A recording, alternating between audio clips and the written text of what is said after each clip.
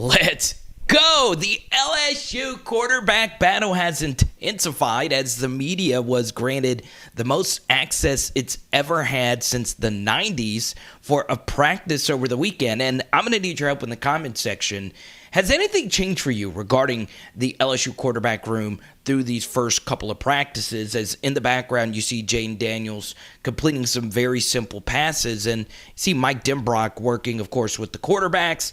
Obviously, he is getting a lot of positive praise with the backwards hat and everything. So you see Brian Kelly here working with Walker Howard. So once again, our spring practice coverage is presented by our friends at the Pressy Collection and PressyCollection.com. We're going to tell you more at the end of the video about their diamond price match guarantee. And here is Walker Howard, of course, throwing a football here to Jaray Jenkins. Now, keep in mind that there was an 11-on-11 period. I don't believe the media was allowed to film that scrimmage period, but it was pretty good to see this unprecedented amount of access as MYLES BRENNAN completes a tutty to a walk-on receiver. And here is friend of the program, Jack Besh.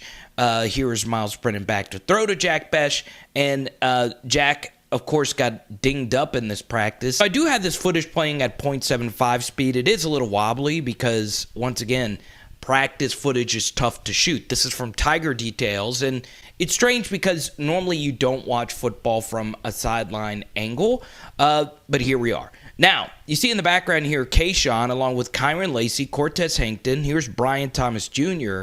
Back here as well, but we start off here with this rep, Greg Brooks going up against Malik Nabers with Walker Howard throwing this football a little bit behind him, but still, it's good to see Malik back out there healthy. Now, this was probably one of my favorite reps from Chris Hilton, who once again has looked really good. I'm going to be interested to see what he does in the spring game and upcoming scrimmages, but this is him going up against Damarius McGhee, who's been getting some first-team run at corner. Now, this is just excellent, excellent stuff. So this is Walker Howard at quarterback. Chris Hilton, number 17 right here, does something called a swim move. Now, you normally hear that associated with defensive line play. There's different moves that wide receivers call this, wide receiver coaches. It can also be characterized as a swipe, but what it basically is hand fighting. How good are you as a receiver creating separation with your hands? And you see, with this swipe, he's able to get McGhee off balance. And once again, my favorite thing about Chris Hilton, hands catcher. You've seen that consistently throughout now 3 different spring practice breakdowns that we've done. That's just really excellent stuff right there by Chris. Now we get to Kyron Lacey going up against Mekhi Gardner. Mekhi getting away with a little bit of a hold right here. Sometimes it's called, sometimes it's not. Does a good job using the sideline to his advantage. Boom, I'm looking at you. Yes, you. Now, I know there's a whole lot of terminology being thrown your way. Here's the key thing to keep in mind is that terminology is probably the least fun aspect of football. I don't want to just oversaturate this video with just a bunch of terms. So I speak very generally. Here we are. We have Jay Ward lined up against Evan Francione, a walk-on wide receiver who's been in the program for a while. This is some really good stuff right here by Jay Ward, taking his hands to him, and then Francione tries to fight off of him, and Jay Ward is just swallowing him whole. That's just such perfect coverage right there. Really good stuff to see. Alrighty, so wide receiver play is very technical. And you see on this route right here, I have this actually going at full speed. Jaray Jenkins burns Jordan Tolles for a touchdown and a little celebration after over the goalpost. Now, what we're going to do is we're actually going to put this into super slow-mo. I just want to fully appreciate how good Jaray was on this route. First thing is he freezes a defender with a nice little jab step right here to create separation. And right off the jump, you see Jaray Jenkins has a step right here. So Jordan Tolles tries to jam him with this left hand. He gets air. Jaray Jenkins then swipes off of him. And now it's off to the races. And Jordan Tolles is off balance. He panics and pulls the jersey of Jaray Jenkins. Now, What a lot of wide receivers do in this spot, if they're running a deep go route, is at this juncture, they just sprint as hard as they can, which isn't a bad option. But if you sprint as hard as you can on a go route, that lets the DB know that you're running a go route, and that allows him to, with catch-up speed, make a potential play at the goal line. But instead, Jaray Jenkins does something called a BAM step, okay? Once again, might not be the right term for it. There's plenty of different terms for it. But what he does here is with this step, he freezes Jayden Daniels. Now, what does this step do? Well, a lot of receivers, and Antonio Brown was so good at this in his prime, with this step, they'll just cut across the field for a dig, right? So this step causes Jayden Daniels to freeze and guess what Jaray's next move is going to be. And Chris Paul actually does this a lot in basketball. He gets his body in front of a defender and he freezes a defender that is trailing him.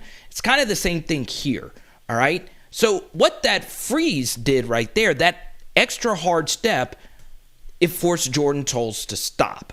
Okay, now Jayden Daniels is dead in his tracks. He has no momentum whatsoever.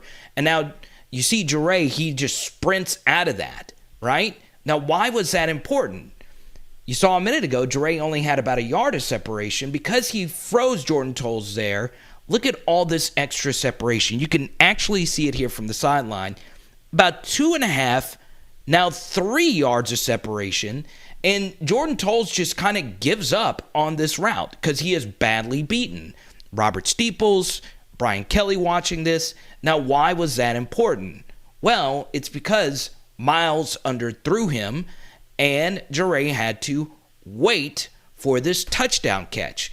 And because Jaray did that one little extra step, that allowed Jayden Daniels to not even be close. Now, this was just excellent stuff, this rep right here. Before I show it to you, though, I want you to look at Major Burns. This is a guy who's not healthy, who can't be out there with his teammates. But look at how locked in he is on just soaking up all this new information. And hopefully Major Burns could get fully healthy.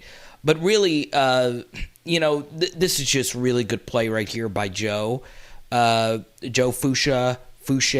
Still waiting for an absolute correct pronunciation there. But 13 going up against Malik Nabers, number 8. And you see Joe is just step for step for him. And normally, your quarterback is being hit or the quarterback is off to their next read at this point. And even then, good stuff by Malik to still stay on his feet. And good throw right here by Walker, but still look at Joe getting in there and at least makes this a difficult catch. It obviously, the tie goes to the receiver, but Carter Sheridan in there, the analyst for LSU assistant wide receiver coach. Still, that's still very good defensive back play, even though Malik ended up winning that rep. There's Chris Hilton again right there, and we move along. Here's Matthew Langlois going up against a walk-on. He gets beat over the top here, but I do like Langlois' hustle to strip that ball at the goal line, even though he was in, according to the referee already. So, good stuff right there by the walk-on, number 85 right there.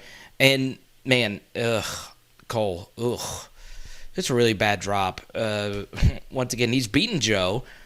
This is a good route right here by Kole, using his size to his advantage, getting him off of him and creating some separation. I mean, come on. You just got to catch that. Now, we move along here. Here's Garrett Nussmeier. And for me, this is just excellent from Malik. You get some Lafayette on Lafayette action right here, going up against Sage Ryan, number 15. Good to see Sage out there healthy. And honestly, the red zone to me is the most lifelike game-like scenario because obviously in the red zone things happen fast and quarterbacks do have to get rid of the football quicker, the run as you get closer to the goal line. But still, very lifelike here for me. These one-on-one drills. Good job by Malik creating that separation and catching that football there in the back of the end zone. We keep some reps going here. This is walk-on action, I believe. No, this is Greg Brooks going up against Evan Francione, who is a walk-on, and Brooks makes a really good play right there. Here's Jaray Jenkins once again, just such a technical guy. You see Jaray just never cheats the route, tries to stutter to create some form of separation. This is just an excellent job by Damarius McGhee, not to get fooled by it. Still, if you're Jaray, you need to make this catch. But still, that's more so great coverage right there by Damarius McGhee. Overall, though, still a catchable ball. And Robert Steeples obviously giving Damarius McGhee some love there and a little bit of coaching as well. We go to this rep right here, and obviously this isn't good by Jayden. Better defensive back play right here by Jay Ward. Just ate this route and just catches it. Move ahead here. Once again, we get Joe versus Malik. And Malik just he might be LSU's best red zone receiver. You know, the touchdown versus Kansas State, touchdown versus Ole Miss. Just excellent stuff. We have Chris Hilton here again. Not the best throw, but still, that was more so a great play there by Damarius McGhee. Now, to end this video, you're going to see some special teams work being done. Chris Hilton, Corey Kiner, this is Hilton right here.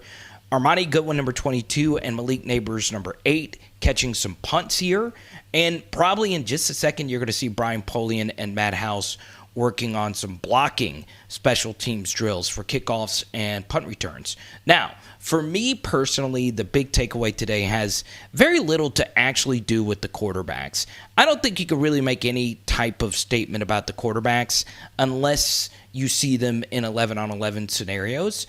And because of the practice footage limitations, you didn't get to see any 11-on-11 drills. But according to the reporters that were there, MYLES BRENNAN had the best 11-on-11 period, whereas Jayden Daniels was quick to run the football in the 11-on-11 period. So, once again, until the spring game, we won't really be able to see how those quarterbacks deal with the rush. But even then, of course, they can't get hit in those scenarios.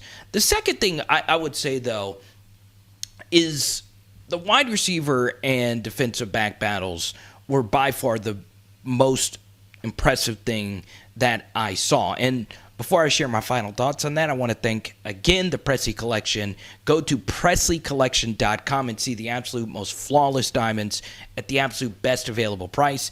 And Anthony Starr Presley, he also price matches his diamonds, so make sure you check out PresleyCollection.com. Now, my major takeaway, though, from the wide receivers and the defensive backs, man, the first thing is the wide receiver room is so deep, and we already knew that, but just looking at Malik and looking at Jaray, don't forget Kayshawn hasn't been able to play at all.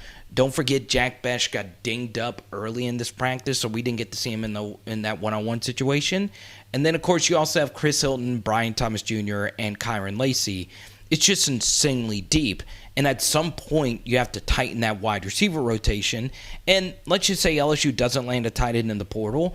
I think you're going to see more Jack Besh at tight end next year just out of bare necessity, even though Besh has mostly been working with the wide receivers. So be on the lookout for that. But still, I think LSU is going to heavily target just some version of a tight end in the portal. Also, the defensive backs, we didn't get to see Jarek Bernard-Converse, obviously because of injury-related reasons, but really Mekhi Gardner and Damarius McGhee looked really good. And that's obviously really good because we don't know who the corners are going to be next year. For so long, LSU has had at least one bona fide starting corner that you knew for sure was going to be a top 2 or 3 round pick, whether it was Stingley or Christian Fulton or Elias Ricks, or you go all the way back to even before that. It's crazy. So that was obviously really good to see the corners getting some good work, and you give Coach Steeples a lot of credit for that, along with Coach Cooks. So once again, still very early, but it was fun seeing the competitiveness out there from these players. Oh, look, we got Ed Ingram in the background. That's good to see. So obviously floating in your face here in just a second, you're going to see some more practice footage videos. And don't forget to get involved in the comment section down below. It is Power Hour LSU Bomb. Oh, and tonight we're doing Ribs Part 2. Let's go.